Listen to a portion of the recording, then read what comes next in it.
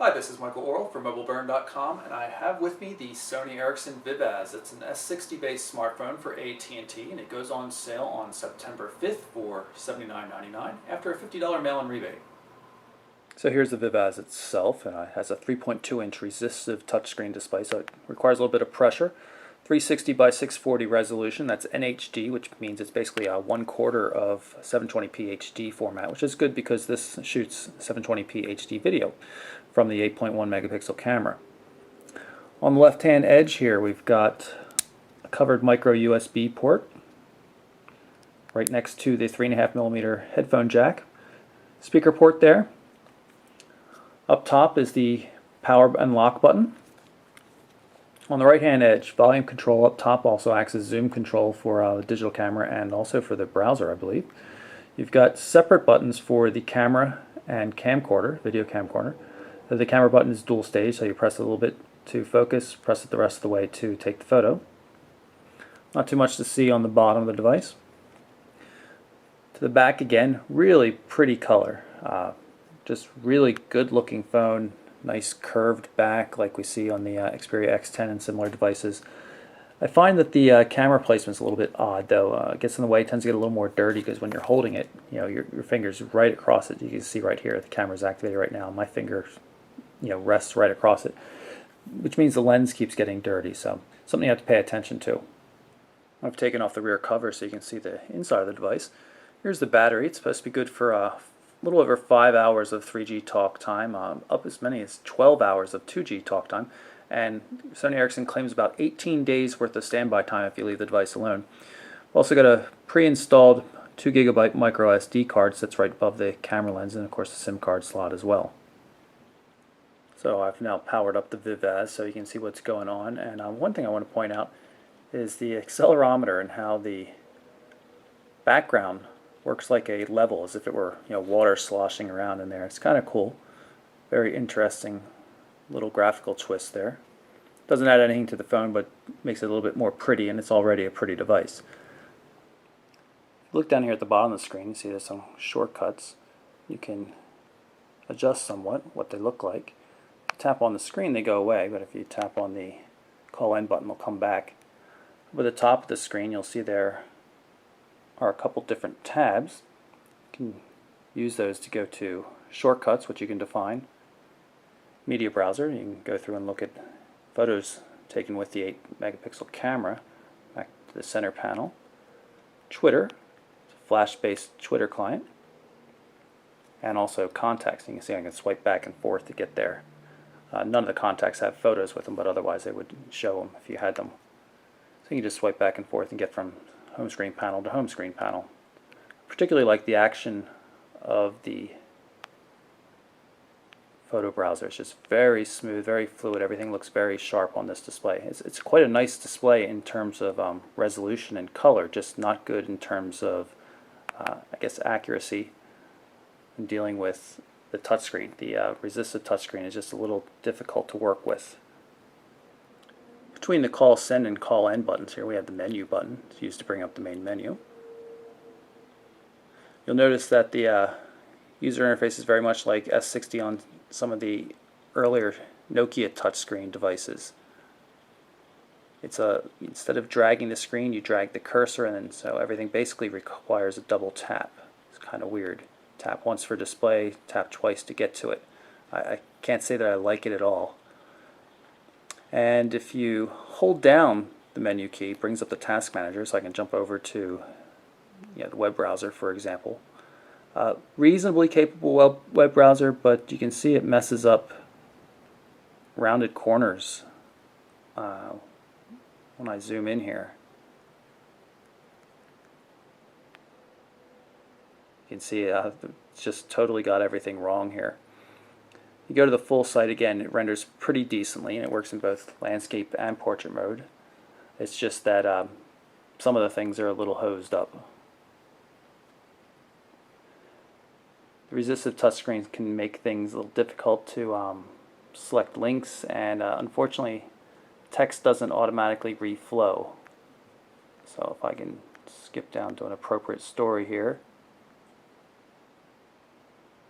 you'll see that while I can double tap to zoom and that the page comes up pretty quickly, double tapping the zoom does not reflow the text so as I can actually read it. It's large enough to read, but I still have to scroll sideways to see everything. So kind of a hit or miss thing. Some sites are going to work well. Mobile formatted sites will work pretty decently, but for large websites it doesn't quite have what it takes yet. Another thing to show you in the task manager is that if you bring it up and if you long press on one of the icons there, you're given the option of not just opening, which happens if you tap on it, but you can also kill the application. We're in the shortcuts tab of the home screen just so I can pull up Instant Messaging Client.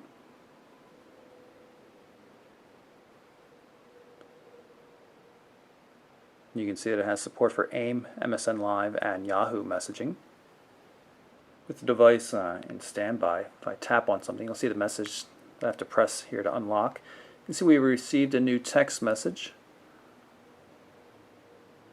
It's a single word there, ugh.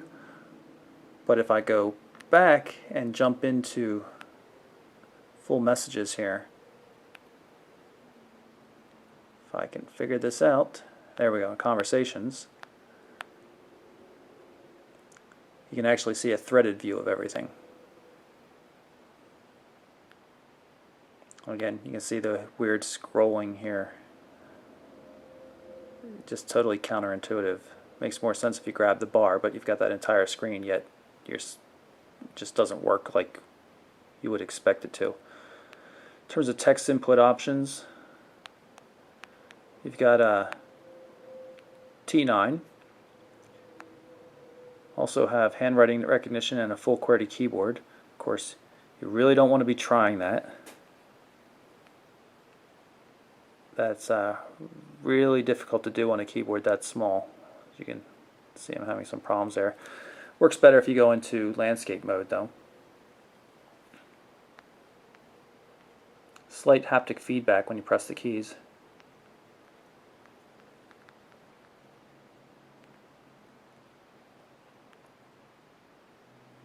In addition to the text and picture messaging, of course, you have full email, including Exchange, and IMAP and POP messaging as well. I'll activate the camera with the camera shutter button here, and it comes up pretty quickly. The camera, in fact, is pretty quick overall, good at focusing, and takes pretty sharp, high-quality photos. I don't like the interface again, though. That's largely due to the touch screen and just the generic S60 issues. One thing that bothers me though is the flash controls. It's not really a flash control so much as there is the light. You can turn the light on or off. That's it. So now it's always on, as you can see there. And it's not really a flash, it's just a light. But in general, the device does take good pictures.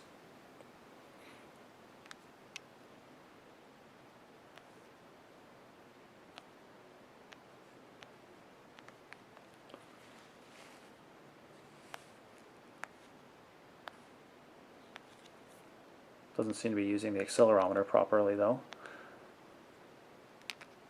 Easier to look at them again from that home screen tab. You can see everything looks quite nice.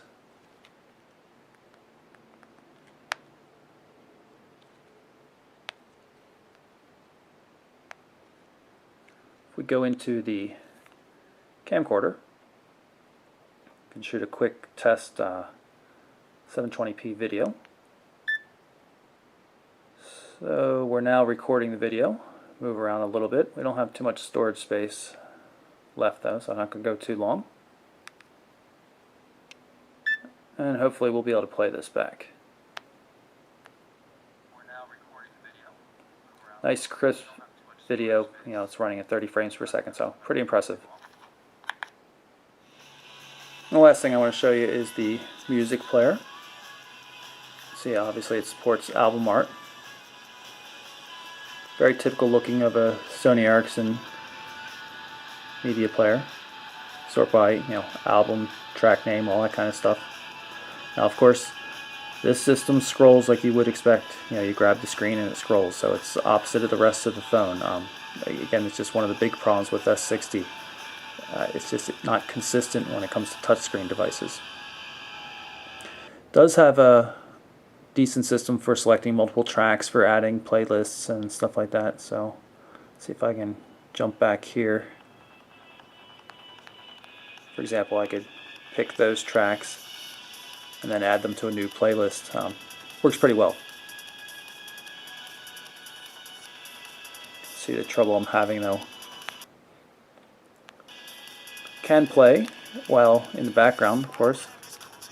You can see the controls on the home screen.